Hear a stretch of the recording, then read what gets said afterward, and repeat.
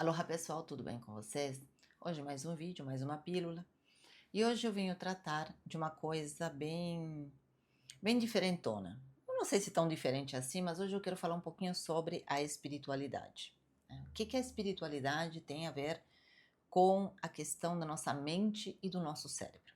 Muito bem, vamos então começar lá por mais ou menos finalzinho dos anos 100 depois de Cristo, né? Existia um médico chamado Galeno, que foi o único a estudar o cérebro. E ele dizia que o cérebro era responsável pela emoção e pela razão.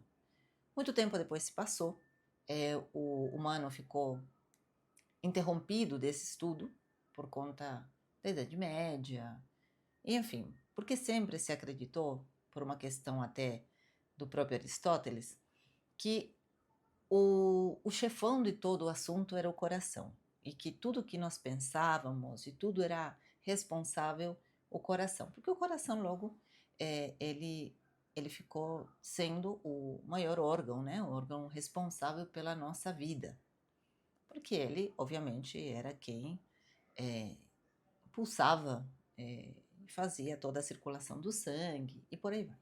Então o cérebro ele sempre foi deixado de lado. Muito tempo depois, no século XVII, René Descartes, ele veio com uma ideia que já era de Platão, que ele dizia que o corpo e a mente eram separadas e que existiam coisas, né? O próprio Galeno dizia também no seu estudo que nós éramos influenciados por espíritos ou por coisas que estavam fora e que a gente conseguia perceber essas energias. É como se a gente estivesse canalizando.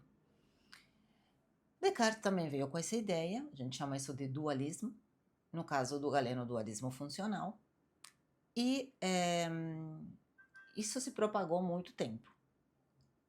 Depois veio o monismo. O monismo já era mais materialista, e ele diz que tudo aquilo que nós percebemos como sendo metafísico e extraordinário nada mais é ou são do que respostas físicas e químicas das ações percebidas pelo nosso cérebro, as ações que ele faz, né?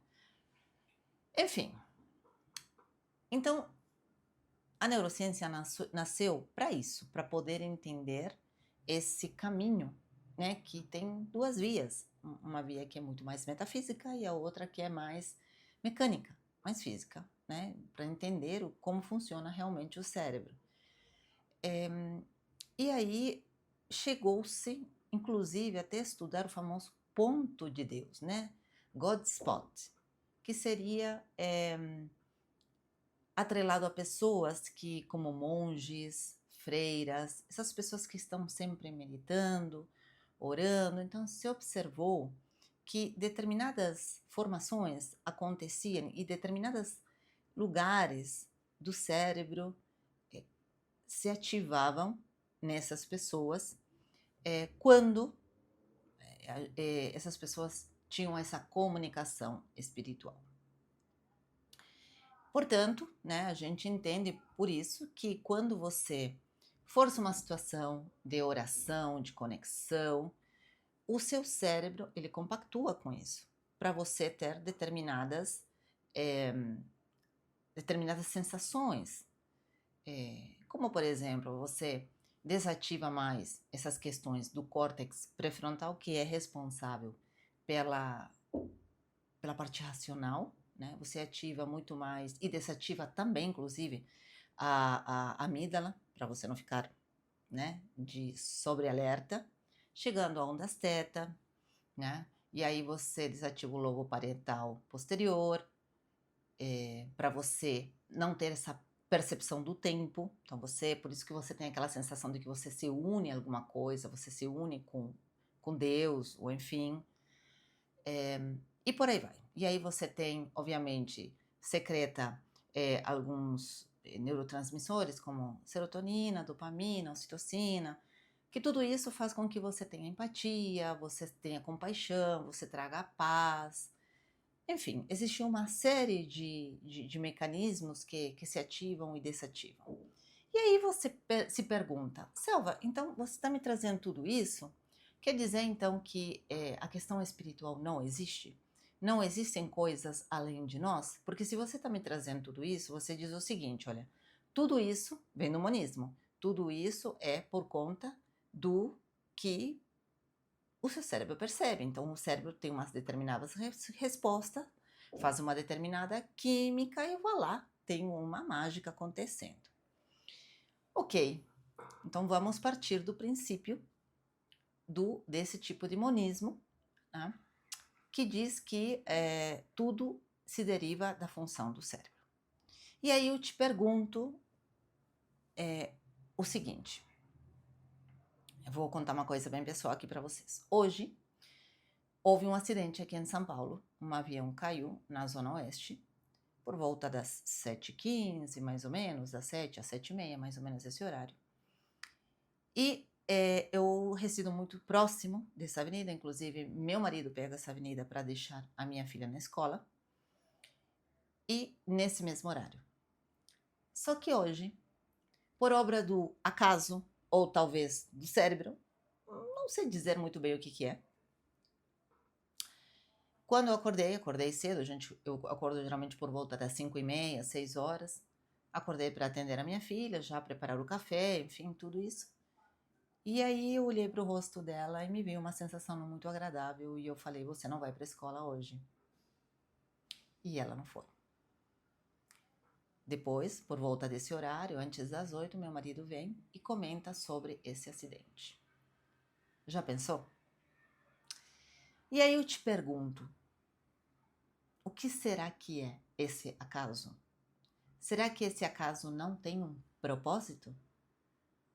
Porque tudo tem um propósito. Se você parar para pensar, mas aí você me fala assim, Selva, mas acaso é por acaso.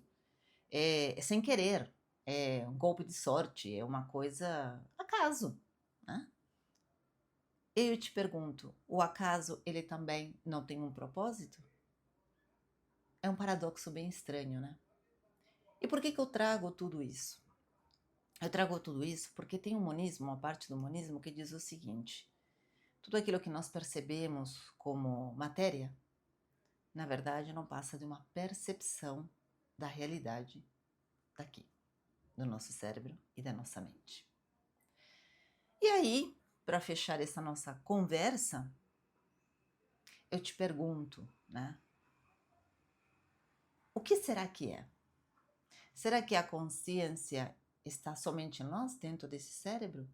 Ou existe fora?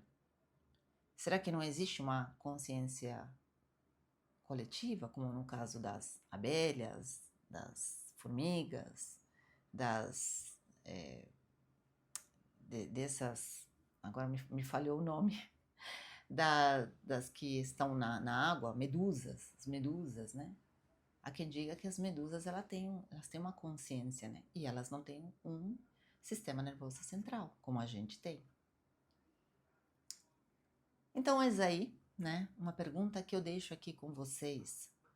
Será que existe alguma coisa lá fora, como dizia Galeno? Ou isso não passa de apenas uma ilusão que a gente precisa para que a gente tenha mais motivação no nosso dia a dia, para que a gente se conecte com o nosso propósito, nosso destino, nossos objetivos? Porque a gente precisa de motivação. A gente precisa se conectar com alguma coisa para a gente continuar vivendo. E aí, ainda assim, você não pode te responder. Mas aí comenta o que você acha de tudo isso. Por hoje é só. Grande beijo. Aloha. Até mais.